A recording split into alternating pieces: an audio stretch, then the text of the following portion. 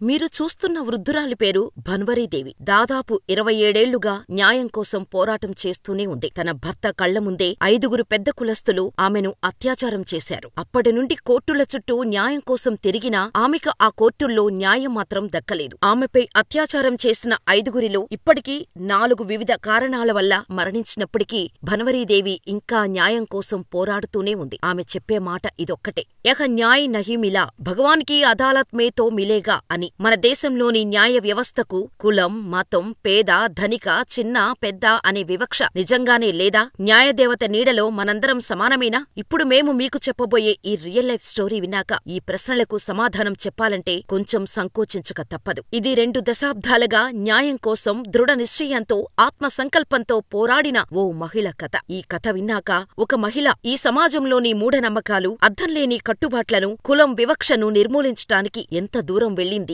ఎన్ని త్యాగాలు చేసిందో తెలిస్తే ఆమెకు సెల్యూట్ చేయకుండా ఉండలేరు. జీవితంలో ఆత్మవిశ్వాసం కోల్పోయి ఏం చేయాలో తెలియక నిస్సహాయ స్థితిలో ఉన్న ప్రతి మహిళకు ఈ వీడియో ఒక ఇన్స్పిరేషన్. మీలో ఆత్మవిశ్వాసాన్ని నింపుతుంది. ఆడవాళ్లు తలుచుకుంటే ఏమైనా చేయగలరు అని నిరూపిస్తోంది. అది 1992 సంవత్సరం రాజస్థాన్లోని భటేరి అనే గ్రామంలో భన్వరీదేవి తన భర్త మరియు 4 పిల్లలతో సంతోషంగా గడుపుతున్న రోజులు. వారిది పేద కుమ్మరి కులం. అంటే కుండలు, మట్టి పాత్రలు తయారు చేసి అమ్మేవారు. అలాగే కొన్ని పశువులను పెంచుకుంటూ ఊరిలో పాలు కూడా అమ్మేవారు. అలా ఉన్నదాంట్లో సంతోషంగా హాయిగా సాగుతున్న వారి జీవితాలు తన జీవితంలో జరగబోయే ఒక ఊహించని సంఘటన వల్ల అతలాకుతలమైపోతాయని అప్పటికీ వాళ్లకు తెలియదు. పాపం ఒకానొక సమయంలో తాను పుట్టి పెరిగిన ఆ ఊరిని వదిలి వెళ్లిపోవాలనే ఆలోచన కూడా వచ్చేలా చేసింది. అసలేమై ఉంటుంది? తెలుసుకునే ముందు చిన్న రిక్వెస్ట్, దయచేసి ఈ వీడియోని ఎక్కడా స్కిప్ చేయకుండా చివరి వరకు చూడండి. అప్పుడే మేమిచ్చే ఇన్ఫర్మేషన్ డీటెయిల్డ్ గా అర్థమవుతుంది. అయితే చాలా మంది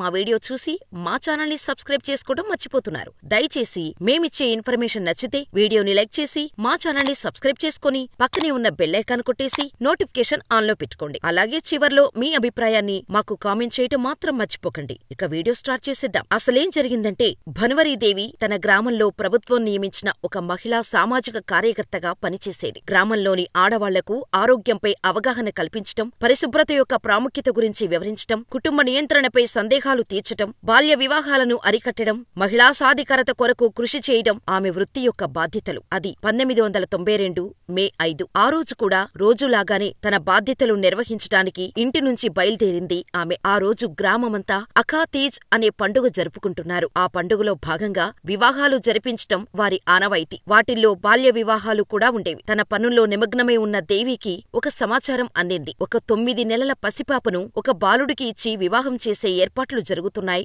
ఊర్లో. హుటాహుటీనా అక్కడకు చేరుకుంది. ఇరు కుటుంబాలతో మాట్లాడి వారిని ఒప్పించి పెళ్లి ఆపించే ప్రయత్నం చేసింది. కాని ఎవరూ తన మాటలు పట్టించుకోలేదు. అది అప్పట్లో అందరూ ఒక ఆచారంగా భావించేవారు కాబట్టి వారికి నచ్చజెప్పటం కష్టతరమైన పని. ఆ 2 కుటుంబాలు గుజ్జర్ అనే సామాజిక కులానికి చెందినవారు. ఆ రోజుల్లో గ్రామీణ ప్రజలకు కులం వివక్ష అనేది తారాస్థాయిలో ఉండేది. వారికంటే ఆమె తక్కువ కులానికి చెందిన మహిళ అయినందువల్ల ఆమె మాటలు ఎవరూ లెక్క చేయలేదు. పైగా ఆమెను అక్కడి నుండి వెళ్లిపొమ్మని, లేకపోతే చంపేస్తామని బెదిరించారు. చేసేదేం లేక ఆమె అక్కడి నుండి వెనుతిరిగింది. తర్వాత రోజు దేవి తన సీనియర్లతో కలిసి పండుగ రోజు జరిగిన బాల్య వివాహాల లిస్టును జైపూర్ జిల్లా జాయింట్ కలెక్టర్కు అందజేశారు. ఆ రోజు స్థానిక పోలీసులు మరియు సబ్ డివిజనల్ మేజిస్ట్రేట్ వివాహాన్ని ఆపటానికి రాష్ట్ర రాజధానికి 45 కిలోమీటర్ల దూరంలో ఉన్న భటేరికి వచ్చారు. దేవితో సహా ఇంతమంది ప్రభుత్వ ఉద్యోగుల జోక్యం ఉన్నప్పటికీ కూడా పెళ్లి ఆపటం ఎవరితరం కాలేదు. పెళ్లి అనుకున్న ప్రాంతంలో కాకుండా మరో ఇంటి టెర్రాస్ పై ఎవరికీ తెలియకుండా ఏర్పాట్లు చేసి పెళ్లి జరిపించేశాయి ఆ 2 కుటుంబాలు. తమకంటే కింది స్థాయి కులానికి చెందిన దేవి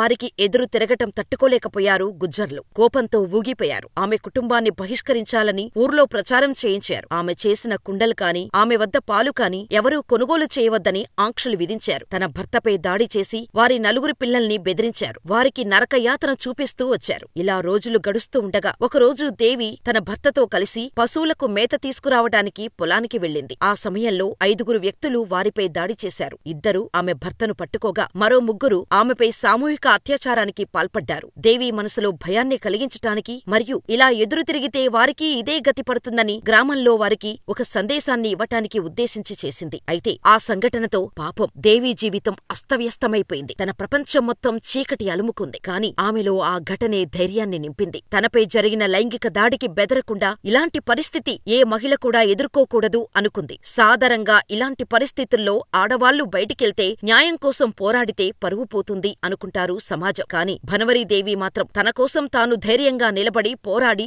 ఇతరులకు స్ఫూర్తి కావాలని నిశ్చయించుకుంది. వెంటనే పోలీస్ స్టేషనుకు వెళ్లి వారి మీద కేసు పెట్టింది. అయితే భన్వరీదేవి కంప్లైంట్ ఇచ్చింది కాని ఎఫ్ఐఆర్ చేయడానికి మాత్రం 2 రోజులు సమయం పట్టింది. అప్పటికి మహిళా సంఘాలకు భన్వరీదేవికి జరిగిన విషయం తెలిసి మహిళా సంఘాలు ఆమె చుట్టూ చేరటంతో కేసు సీబీఐ చేతిలోకి వెళ్లింది. సెప్టెంబర్ 1993లో ఒక ఛార్జ్ షీట్ ఓపెన్ చేసి అక్టోబర్ 1994 నాటికి 5 వ్యక్తులు వేధింపులు, దాడి, కుట్ర మరియు సామూహిక అత్యాచారం నేరాల కింద అరెస్టయ్యారు. అయితే వాళ్ళ అరెస్టు తర్వాత కొంతకాలం వరకు దేవికి ఖచ్చితంగా న్యాయం జరుగుతుందనే ఆశ ఉండేది. దానికి కారణం డిసెంబర్ 1993లో ఈ 5 బెయిల్ను తిరస్కరిస్తూ రాజస్థాన్ హైకోర్టు నిందితులలో ఒకరి కుమార్తె వివాహాన్ని ఆపటానికి ప్రయత్నించినందుకు దేవిపై సామూహిక అత్యాచారం జరిగిందని నమ్ముతూ తీర్పు చెప్పింది. కాని నవంబర్ 1995లో జైపూర్ ట్రయల్ కోర్టు మాత్రం వివిధ కులాలకు చెందిన పురుషులు అత్యాచారానికి పాల్పడలేదని, 2 నిందితులు 60 ఏళ్లు పైబడిన వారు చాలా పెద్దవారు ఉన్నారనే కారణాలు చెప్పి ఆ 5 నిందితులను నిర్దోషులుగా విడుదల చేసింది. ఇంకా భర్త పక్కనుండగా అత్యాచారం ఎలా జరుగుతుందని చట్టం నమ్మట్లేదు అంటూ వాదిచ్చింది కోర్టు. అయితే దోషులను నిర్దోషులుగా ప్రకటించటంతో రాజస్థాన్లో మరో దఫా నిరసనలు వెల్లువెత్తి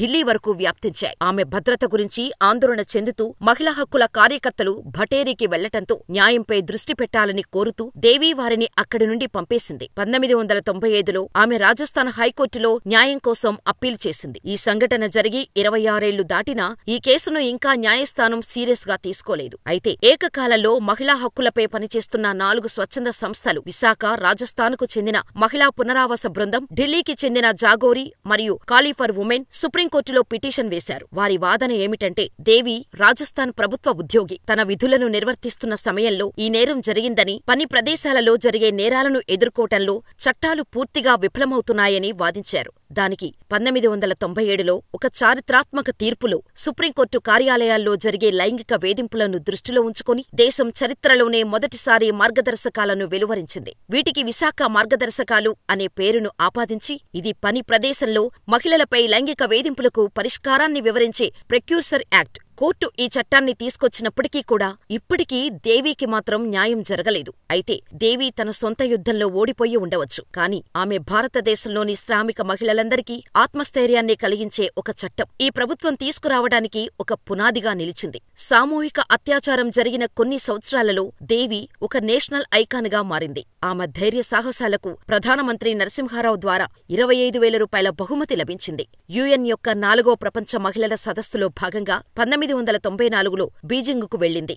ఆమె అసాధారణ ధైర్యం, నమ్మకం మరియు నిబద్ధతకు నీర్జా భానోత్ మెమోరియల్ అవార్డును గెలుచుకుంది. 2002లో ముఖ్యమంత్రి అశోక్ గెహ్లాట్ ఆమె ఇంటి నిర్మాణానికి 40,000 రూపాయల నిధులను ప్రకటించారు. ఆ డబ్బుతో ఇంటిని నిర్మించుకుని మిగిలిన దానిని తన సోదరులకు ఇచ్చి వారి సహకారంతో తన బహిష్కరణను నిర్మూలించటానికి కుమ్మరా మహాపంచాయత్ అనే సంఘాన్ని తన సొంత ఇంట్లోనే స్థాపించింది. వ్యక్తిగత కష్టాలు ఉన్నప్పటికీ దేవి ఈ పోరాటం కొనసాగించటానికి మరొక కారణం ఉంది. ఆమె భటేరీలో తన జీవితం మొత్తం గడిపింది. ఆ ఊరి వ్యక్తుల మనస్తత్వాలను గమనించింది. ముఖ్యంగా కులం మరియు స్త్రీల పట్ల ఆ ఊరి ప్రజల దృక్పథంలో ఎంతో మార్పును ఆమె చూసింది. 8 నెలల క్రితం వరకు కూడా దేవి భటేరీలో సామాజిక కార్యకర్తగా పనిచేస్తూనే ఉంది. ఇప్పుడు ఆమె వయస్సు దాదాపు 75 ఏళ్లకు పైగానే ఉంటాయి. ప్రస్తుతం ప్రభుత్వ పెన్షన్తో జీవిస్తోంది. దేవి మాట్లాడుతూ మొత్తం 12 నుండి 15 బాల్య వివాహాలను నేను ఆపాను. ఇప్పుడు కూడా ఇకపై నేను కార్యకర్తగా పనిచేయనప్పటికీ ఈ ఊరిలో అన్యాయాల్ని అరికట్టే ప్రయత్నం చేస్తాను. ఆడపిల్లల్ని కంటికి రెప్పలా చూసుకుంటాను. సాధ్యమైన చోట జోక్యం చేసుకుంటాను అని దేవి ఈ వయసులో కూడా చెబుతోంది. అయితే తను ఇన్నేళ్లు కష్టపడి చేసిన పోరాటానికి సమాజంలో నెమ్మదిగా ఆమోదం లభించిందని, రాజస్థాన్లోని కులం మరియు బాల్య వివాహాల సమస్యపై దృష్టి సారించిన ఆమె కేసు ద్వారా రేగిన ఆగ్రహం మరియు శ్రద్ధ ప్రభుత్వం జోక్యం చేసుకునేలా చేసి బాలికల విద్యపై దృష్టిని కేంద్రీకరించేలా చేసిందని దేవి బలంగా నమ్ముతోంది. ఖచ్చితంగా నా పోరాటం ద్వారా విద్యపై అవగాహన పెరిగి ప్రజల మైండ్ సెట్ మారిపోయింది. ఇప్పుడు యువతులు చదువుకొని సొంత నిర్ణయాలు తీసుకోగలుగుతున్నారు. కులాంతర వివాహాలు కూడా జరుగుతున్నాయి అని దేవి అన్నారు. దాదాపు 3 దశాబ్దాలు గడిచాయి. న్యాయమైతే దక్కలేదు కాని ఆమె కళ్ల ముందే 5 నిందితుల్లో 4 తుది శ్వాస విడిచారు. నేను మౌనంగా కూర్చోను మరియు నా చివరి శ్వాస వరకు పోరాడుతూనే ఉంటాను. యహా న్యాయ్ నహీ మిలా భగవాన్ కీ అదాలత్ మే తో మిలేగా అని దేవి చెబుతూ ఉంటారు. అంటే నాకు ఇక్కడ న్యాయం జరగకపోవచ్చు, కానీ వారు దేవుని కోర్టులో ఖచ్చితంగా శిక్షించబడతారు అని చెప్తుంటేది. ఇలాంటి మరిన్ని interesting informational motivational real life stories కోసం మన ఛానల్ని వెంటనే సబ్స్క్రైబ్ చేసుకుని పక్కనే ఉన్న బెల్ ఐకాన్ కొట్టేయండి. మరో గొప్ప వ్యక్తి కథతో మళ్ళీ వస్తాను. అప్పటి వరకు ఇక్కడున్న స్టోరీస్ కూడా చూసేయండి.